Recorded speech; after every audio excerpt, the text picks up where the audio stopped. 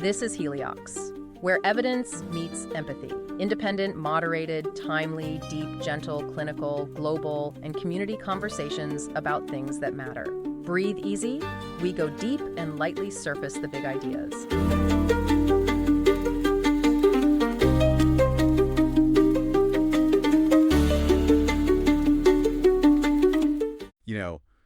We have this image of how a civilization ends. It's always like the single moment. A Hollywood version. Exactly.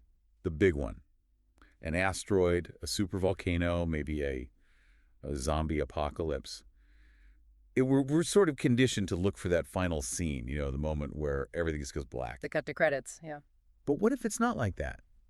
What if the end isn't a bang at all, but more of a slow, grinding fade, a change so gradual that the people living through it wouldn't even call it a collapse? Because for them, it was just Tuesday, and then the next Tuesday, and then right, and by the time you realize everything has changed, it already has. That's a much more unsettling thought, honestly. But it is exactly the right frame of mind for today's deep dive. We are peeling back that blockbuster narrative and looking at how a great society actually, well, not fades, but changes. Welcome to the Deep Dive. Today we're cracking open a historical cold case that's been sitting on the shelf for, about 4,000 years? Give or take a century. We're talking about the Indus Valley Civilization. Yeah. You might also know them as the Harappan civilization. And just to set the stage for anyone who maybe wasn't paying full attention in world history class, this was not some small settlement. Oh, not at all. This was a Bronze Age heavyweight. Yeah. A genuine powerhouse. We're talking about a society that was right there alongside ancient Egypt and Mesopotamia. They were all happening at the same time. And in some ways, they were even bigger, right? Geographically, absolutely. It was massive. Their territory covered a huge area, spanning parts of modern-day Pakistan and northwest India. They had these incredible cities, Mohenjo-Daro, Harappa, all laid out on these perfect grids. They had standardized weights and measures, long-distance trade, and of course, the one thing everyone remembers, the plumbing. The plumbing, it always comes back to the plumbing. It does. But it's memorable for a reason. It speaks volumes about their level of sophistication. I mean, if you've got sewer systems and maybe even flush toilets in 2500 BC, you're doing something very right. Yeah. Their urban planning was, and this is not an exaggeration, millennia ahead of its time. Okay, but the story we all learned, the one I remember, kind of goes like this. They built these amazing cities, they thrived, and then they were gone. Poof. Yeah, a total mystery, the Great Collapse. But we've got our hands on a really groundbreaking study here. It's from Solanki and a team of colleagues, published in a Nature Portfolio journal in November 2025. And it basically argues that we've been asking the wrong question. It wasn't a collapse. The term they use, which I love, is a metamorphosis. A metamorphosis. That completely reframes it, doesn't it? It really does, because a collapse sounds like a failure. It sounds passive, like something just happened to them. But a metamorphosis, that implies adaptation. It implies agency, a change in form to survive new conditions. And this paper, its title is River Drought Forcing of the Harappan Metamorphosis. It gives us the engine of that change, and it all comes down to water. But what makes this deep dive so interesting isn't just the conclusion, it's how they figured it out. This is not your grandfather's archaeology. No, we're a long way from just digging up pottery shards here. When I was reading the methodology, it honestly felt less like history and more like, planetary forensics. It's incredibly high-tech. They essentially built a time machine out of data. That's a great way to put it, because to understand why people moved, you can't just look at the empty houses. You have to reconstruct the world they lived in, the ground, the sky, the rain. So how do they do that? The Solanki team used this really clever three-pronged approach. It's all about triangulation. You don't trust any single source of data. You make three completely different scientific fields check each other's homework. Okay, let's break that down, because I think it's important for everyone to understand just how solid this evidence is. This isn't just a theory. Prong one is transient climate simulations. Right. It sounds like sci-fi, but it's basically a physics engine for planet Earth. They use these incredibly complex computer models. You see names like Trace 21 Kaka, MPI. So you feed a supercomputer all the data from the past, like the Earth's orbit, ice sheets, CO2 levels. Exactly. You give it the boundary conditions for, say, 5000 BC, and you hit play. And it simulates the climate day by day for thousands of years. It's recreating the weather report for a world that doesn't exist anymore. That's amazing. But a weather report only tells you what's falling out of the sky. Precisely. It tells you it rained this much. It doesn't tell you what happens when that rain hits the ground. And for a farmer, the ground is all that matters. So that brings in prong two, hydrological modeling. This is the VIC model, right? Variable infiltration capacity. Correct. So this model takes the data from the climate simulation and applies it to the ground. It calculates soil physics, how much water soaks in, how much runs off into the rivers, how much just evaporates. So this is the step that turns rain into river. Yes, because a farmer near Mohenjo-daro doesn't really care if it's raining up in the Himalayas. They care about the water level in the Indus River right next to their field. The VIC model connects the atmosphere to the agriculture. But I had to be the skeptic for a second. Computer models can be wrong. Garbage in, garbage out. How do they know their simulation actually matches the real ancient world? And that's the genius of prong three. This is where they check their math against reality. They use what are called paleoclimate proxies. Physical evidence. Physical evidence, things locked in the earth that act like a recording of the past. For this study, they looked at stalagmites from the Sahia cave and sediment cores from lakes like Nal Sarovar. Okay, stalagmites, the rocky spikes growing up from the cave floor. How does a rock tell you about the weather? It's like nature's hard drive. A stalagmite grows in tiny, tiny layers, one drip of water at a time. And the chemical composition of each layer, specifically the oxygen isotopes, is a direct signature of the rainwater that formed it. So you can slice it open like a tree trunk and read the layers. You can, and you can tell year by year how much it rained. So if your computer model says, hey, there was a massive drought around 2200 BC, and you go to the cave and the rock says, my chemistry shows a massive drought right here at 2200 BC. Then you know your model is legit. When the math matches the mud. That's the one. And once they had this verified time machine running, they uncovered this story, this relationship between the Harappans and their water that was far more complicated than a simple collapse narrative. It was a real roller coaster. So let's get on that ride. The paper starts with what it calls the wet beginning. This is the pre-Harappan phase, around 5,000 years before present. And this was the first thing that really surprised me. That it was wetter back then. Yeah. The models show the region was significantly wetter. The Indian summer monsoon, the lifeblood of that whole area, was much stronger and more reliable. And that produced a really counterintuitive result in where people lived. Right. Because it was so wet, they weren't all clustered along the big rivers like the Indus. Which is what we always assume, right? You Yeah. think of early civilizations, you think of the Nile, the Tigris, the Euphrates, everyone clinging to the mother river for dear life. But here, the rain was so good, so widespread across the plains, that you didn't have to live on the flood-prone banks of a giant river. You could farm pretty much anywhere.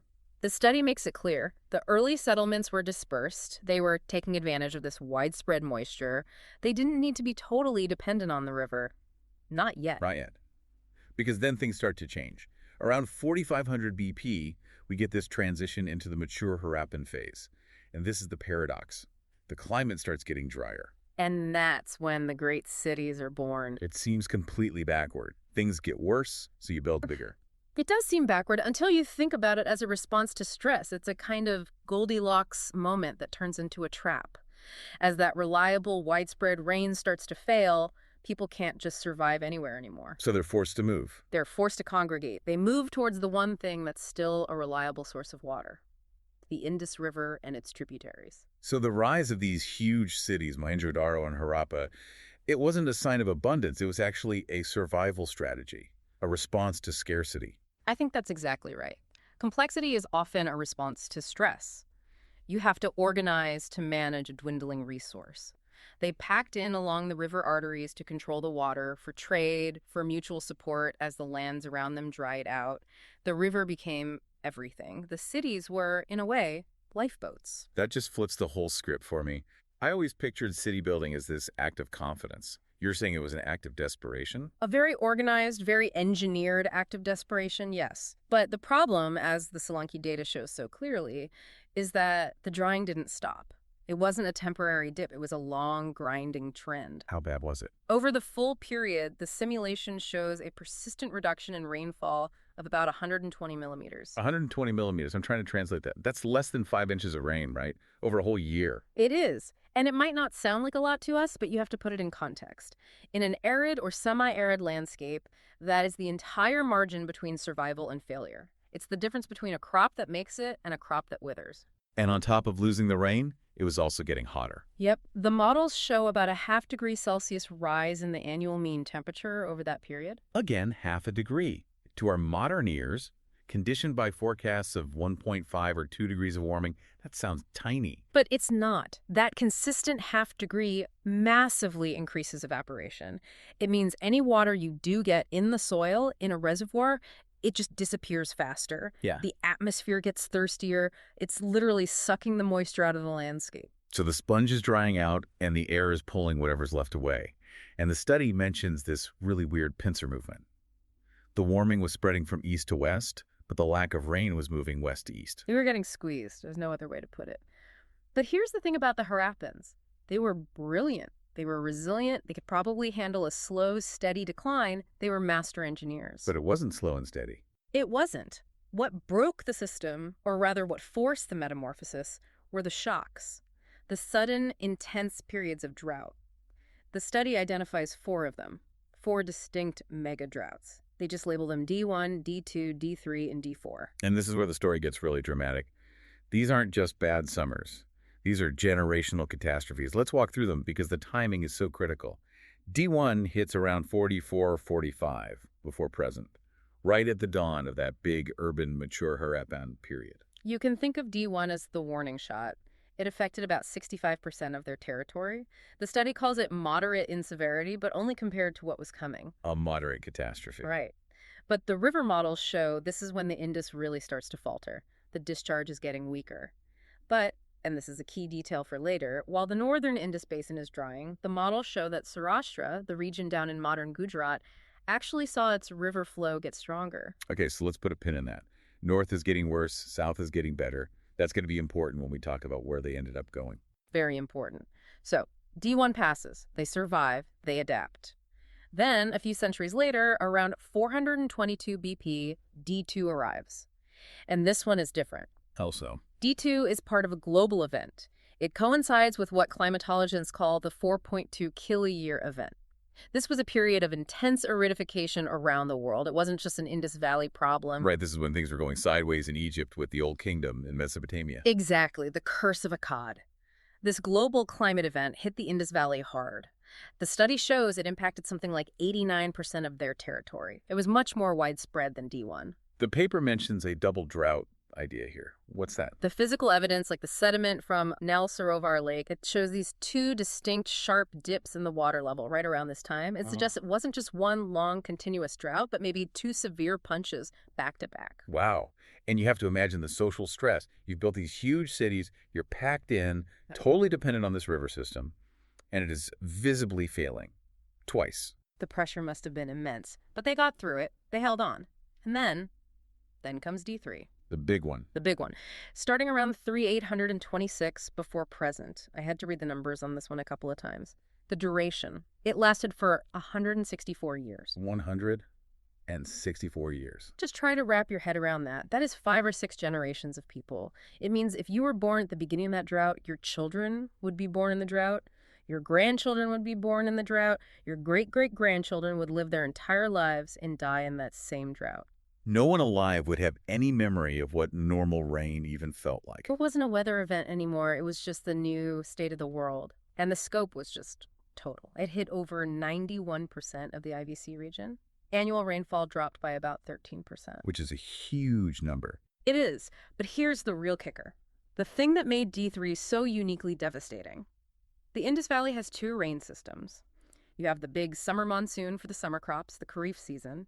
And then you have the winter monsoon, which supports the winter crops like wheat and barley, the Rabi season. It's a backup system. If one fails, maybe the other one pulls you through. Exactly. During D3, the data shows that both failed. at the same time. Oh, the safety net is just gone. Completely snapped. It was a total system-wide hydrological failure. There was no next season to hope for. Both engines of their agriculture just seized up. So if you're a farmer then, what do? There's no water for irrigation, there's no rain, your only options are to starve or to leave. And just as they're reeling from that, there's one last push, D4. This is around 3531 BP in the late Harappan period. By this point, the de-urbanization is already well underway, but D4 is this final blow that lasts for another 114 years. Unbelievable. And the hydrological model shows something really specific for D4. It wasn't just about rainfall. The actual flow of the Indus River itself, the civilization's main artery, dropped by over 12% in some of the key urban areas. So the highway is literally closing. The lifeblood is just draining away. Effectively, yes. There just wasn't enough water volume anymore to support the needs of a metropolis. Not for sanitation, not for transport, not for the large-scale agriculture. The cities simply became non-viable. It would be like a modern city losing its water supply and its entire transportation network simultaneously. Okay, so we have the what? A Yeah. 1,000-year decline with these 4 brutal hammer blows. I want to understand the why. Why did the rain just stop? The study gets into the atmospheric mechanics of this. It uses this term teleconnections. Yeah, teleconnections is just a scientific way of saying the climate is all connected. It's the butterfly effect. What happens in one ocean can cause a drought halfway across the world. And the Solanki study points the finger at a conspiracy between two main culprits, the Pacific Ocean and the North Atlantic. Let's start with the Pacific. Are we talking about El Nino? We are. The models show that during these drought periods, especially D1 and D2, the tropical Pacific Ocean was much warmer than average. Classic El Nino-like conditions. Now, when the Pacific heats up like that, it messes with a huge atmospheric pattern called the Walker circulation. Can you visualize that for us? The Yeah. Walker circulation? Sure, think of it like a giant, invisible conveyor belt of air that circles the equator.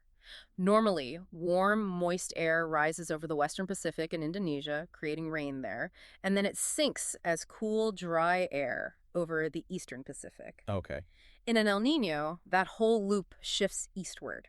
The rising rainy part moves out over the central Pacific, and the sinking dry part gets shifted over, right on top of South Asia. So it puts a lid on the monsoon. It acts exactly like a lid. It suppresses the formation of rain clouds. So El Nino is squeezing the monsoon from one side. Meanwhile, something is happening in the Atlantic. The other culprit. The other culprit. The sea surface temperatures in the North Atlantic were cooler than average. This is what's known as a negative phase of the AMO, the Atlantic Multidecadal Oscillation. And what does a cold North Atlantic do? It changes the planet's heat balance. The northern hemisphere becomes cooler relative to the southern hemisphere, and the planet's main rain belt, the Intertropical Convergence Zone, or ITCZ, it follows the heat. So the rain belt literally moves. It literally moves. The ITCZ shifts south, away from the Indian subcontinent. It walks away from the Indus Valley. So you've got a warm Pacific putting a lid on the pot and a cool Atlantic moving the stove to a different room. That's a perfect analogy. It was a perfect storm, or rather a perfect drought. They got squeezed from both sides. The Indus Valley was caught in the middle of a global atmospheric traffic jam, and the moisture just couldn't get through. It's terrifying how mechanical it is. It makes you realize just how fragile any local climate really is. So, Faced with all of this, the Harappans didn't just lie down and die. This is where we get to the metamorphosis. yes, this is the human part of the story. And it's so important because it shifts the whole narrative from them being victims to them being resilient, active survivors. The civilization didn't die, it moved. The study calls it a push-pull migration. We've talked a lot about the push, the drying land, the failing rivers. What was the pull? Where did they go? The models show two main refuge areas where the water situation was, well, less catastrophic. The first big movement was east and northeast, towards the Ganga Plains and the foothills of the Himalayas. Why there? If the monsoon is failing, wouldn't it be failing there too? To some extent, yes, but they had the foothill advantage. The hydrological models show that while the lower Indus was in total crisis, the upper Indus and the Ganga basins were more stable. And being close to the Himalayas gives you orographic precipitation. That's rain from mountains, right? It's rain caused by mountains. When moist air hits a mountain range, it's forced to rise. As it rises, it cools, and the water condenses and falls as rain. So even with a weak monsoon, the foothills can still squeeze some moisture out of the air just because of their geography. It was a more reliable water source. So they followed the water east. That's destination one. But you said there was another? There was. Remember how during D1, the south in Gujarat was actually doing okay? Right, the rivers were stronger there. That became destination two. Saurashtra, the coastal region of Gujarat, became what the paper calls a hydrological refuge. We see archaeological sites there like Dolavira and Lothal become much more prominent during this period. The simulations show the rivers there didn't fail as badly, so you get the split. Some go east to the mountains, some go south to the coast. But just moving isn't enough. Yeah. You can't just pick up your farm and plop it down somewhere else if the whole climate is different. You have to change how you farm. And that's maybe the most critical adaptation of all. The archaeology here lines up perfectly with the climate data. In the good old wet days, Harappan agriculture was built on winter cereals, wheat and barley. Okay. I like to call these diva crops. Diva crops, I love that. Where Why are they the- deepest? Because they're demanding, Yeah. they're high maintenance, they need consistent, reliable water at specific times, they need complex irrigation, they give you a huge caloric return, they can support big cities, but only if you give them exactly what they want. And when the droughts hit, the divas couldn't perform. The divas had a meltdown. The water just wasn't reliable enough anymore. So what do? You switch to the survivors. Well, The archaeological record shows a massive shift toward drought-tolerant summer crops, specifically millets. millets, those are the really hardy, tough grains. They're the special forces of the grain world. Sorghum, pearl millet, finger millet. They're incredible. They don't need a huge river. They can grow with just erratic rainfall. They mature fast. They're survivors. But there's a catch. There's always a catch. The catch is the yield.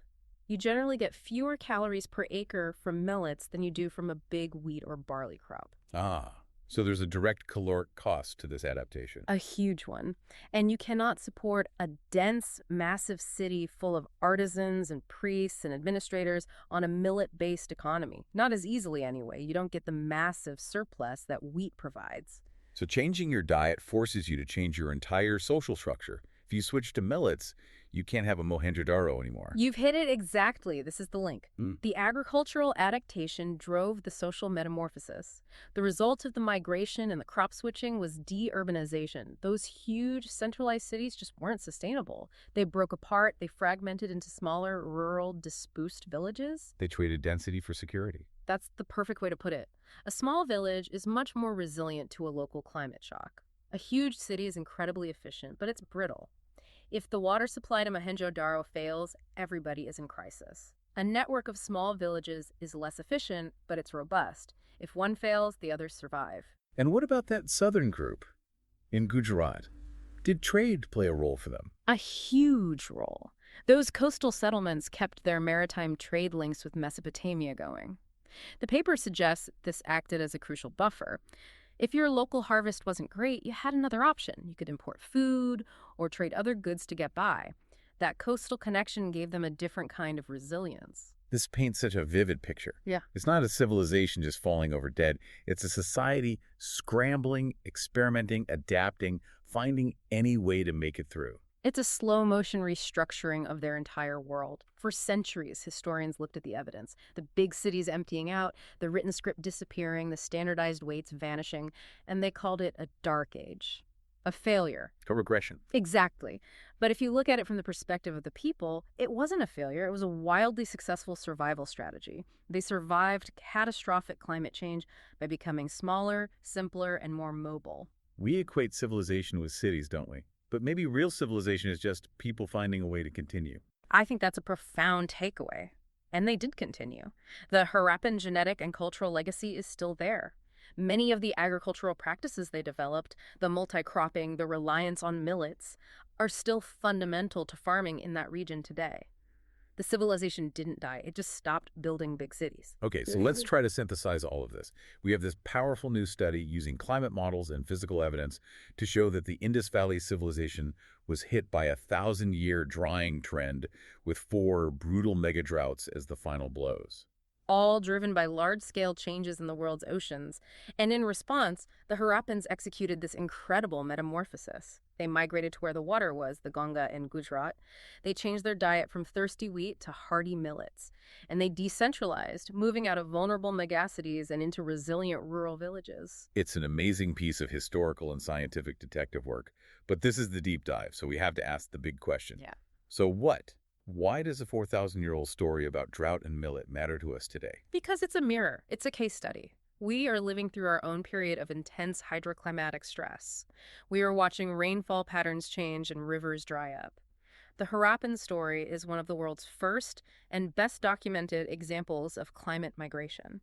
They literally followed the water to survive. And we're seeing that happen right now all over the world. We are, but here's the crucial difference. Here's the contrast that's so stark. The Harappan solution to climate pressure was to de-urbanize, to spread out, to simplify. We are doing the exact opposite. We are doing the exact opposite. We are densifying. We are building ever larger, often in places that are already water stressed. We are betting on more complex, more brittle technological systems to keep the water flowing. That's a really chilling thought. They survived by breaking apart. We are trying to survive by packing ourselves in even tighter. We're doubling down on the Mohenjo-Daro model. We absolutely are. We're betting that our technology, our desalination plants, our deeper wells, our massive dams can overcome the environmental limits, and maybe it can. But the Harappans had the most advanced water engineering of their time, too. And it wasn't enough. In the end, it wasn't enough. They still had to bow to the climate and move. It forces you to rethink what progress really means. Yeah. We think progress is a taller skyscraper or a faster internet connection.